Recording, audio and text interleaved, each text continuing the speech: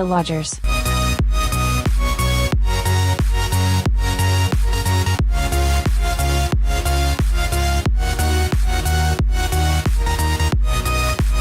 Gothic chillers used to be the norm with genre films, but they went out of favor decades ago. One comes along periodically, though, and this year we've already had two. Another great one is right below. This Irish tale of dark family secrets and the supernatural tells a visually inventive, creepy, and sexy tale about guilt, ghosts, and a gross brother wanting to boink his admittedly hot sister.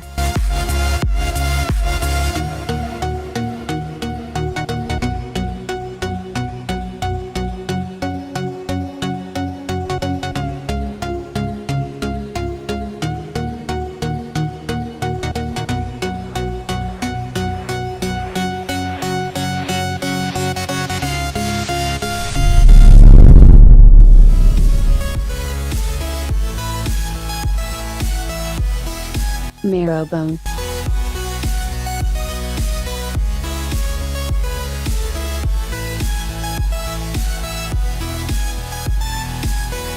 The writer of The Orphanage and The Impossible delivers another tale of children in danger with four siblings pretending they're not orphans in order to avoid catching the eye of social services. It's the least of their problems, though, as something in their house wants out. It's a smartly told chiller with a fantastic young cast including George MacKay, Anya Taylor-Joy, Charlie Heaton, and Mia Goth.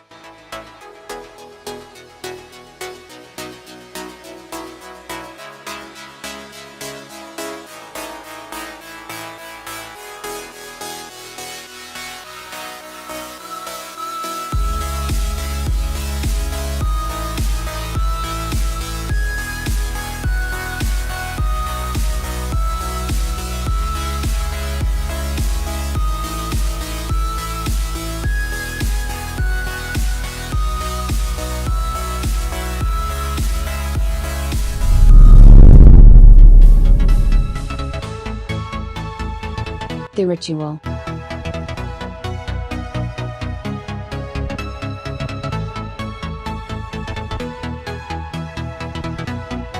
Director David Bruckner's solo feature debut may have premiered on the small screen, via Netflix, but it's plenty big when it comes to the horror.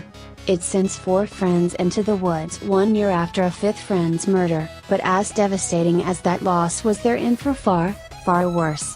It's a creepy tale that takes full advantage of its cold landscape, and it features possibly the best creature design of the past few years. Seriously, the beast alone is reason enough to watch.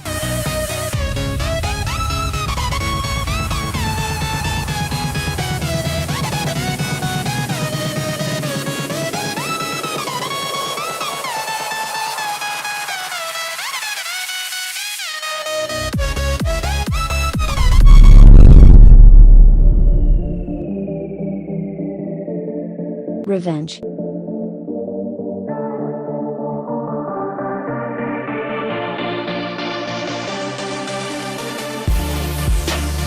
Rape, revenge movies are never all that pleasant an experience, and they shouldn't be, but writer, director Coralie Fargeet beats down the ugliness with bright sunlight, a beautiful landscape, and a heroine who retains her sexuality even as she unleashes holy vengeance on the men responsible.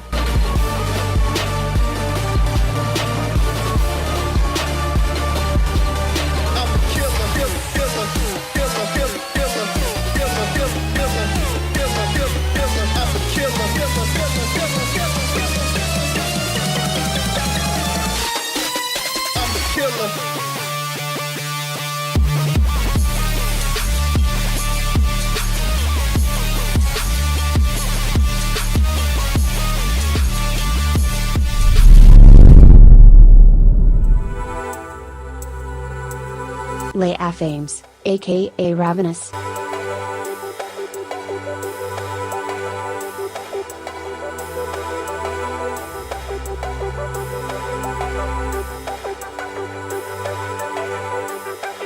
This zombie-ish tale from Quebec finally hit the US this year, via Netflix, after impressing us in 2017 on the festival scene.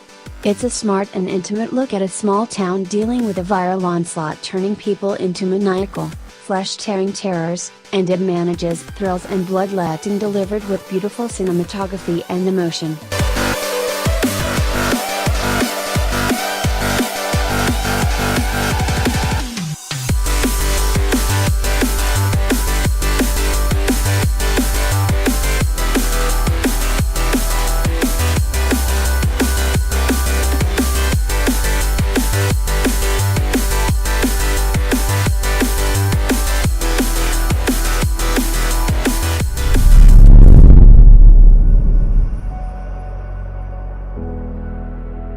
Annihilation.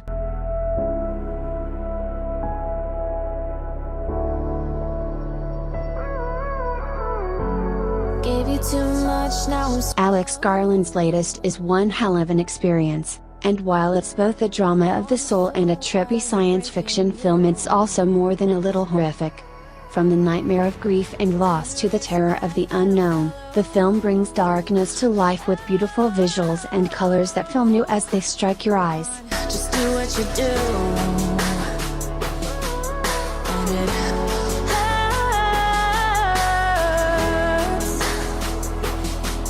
as I bleed for you, cry for you. Oh, oh. Let me bleed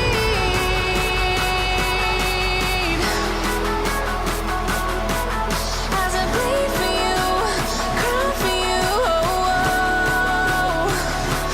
Let me bleed.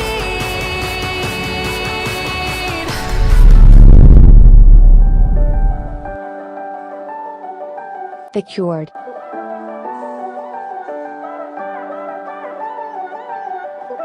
I've been loving everything you are.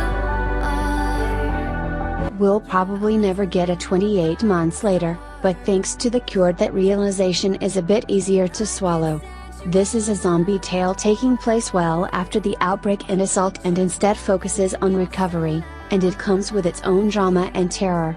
Its visual style owes itself in part to Danny Boyle's film and helps this one deliver suspense, thrills, and intensity as it explores the high cost of kindness. I light up the sky. Can we love tonight? You put all the stars in my eyes. Can we love tonight? You tell me I light up the sky.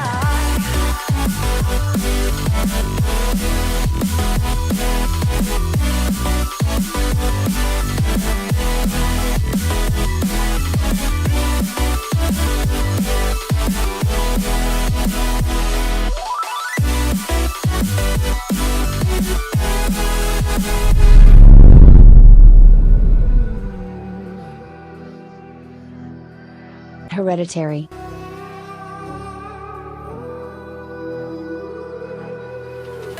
There's a distance between us. It's not uncommon for memorably acclaimed horror films to get their start at the Sundance Film Festival. Saw, The Witch, and The Blair Witch Project are just a few, and this year's breakout looks to be Hereditary.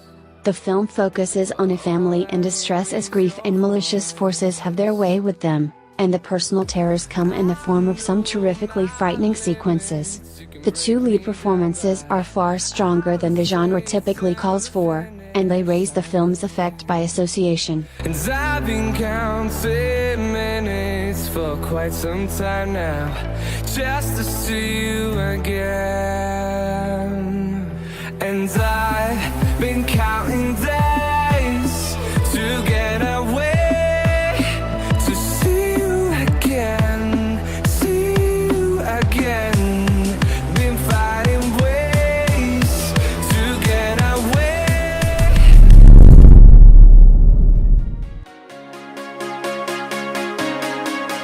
Pie A Wacket.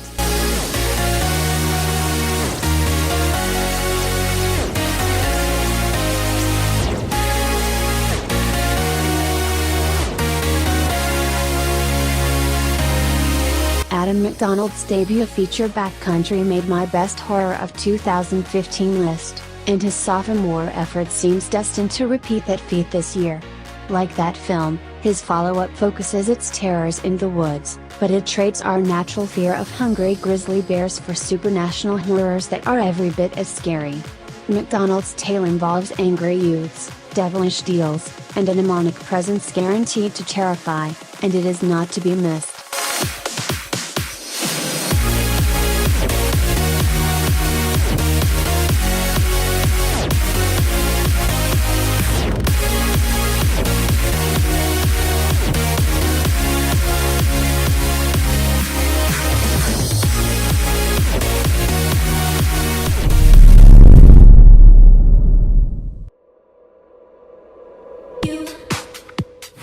Moan Moan Moan Monsters.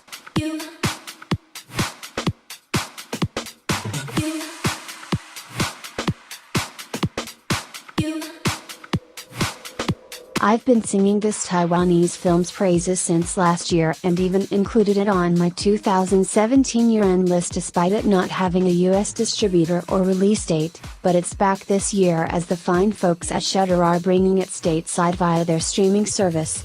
Writer-director Giddens co-delivers a film that not only satisfies monster lovers and gore hounds but that also delivers black comedy and a painfully emotional gut punch. It's a film about how bullies don't always look like we expect, and it's a lesson that entertains even as it devastates.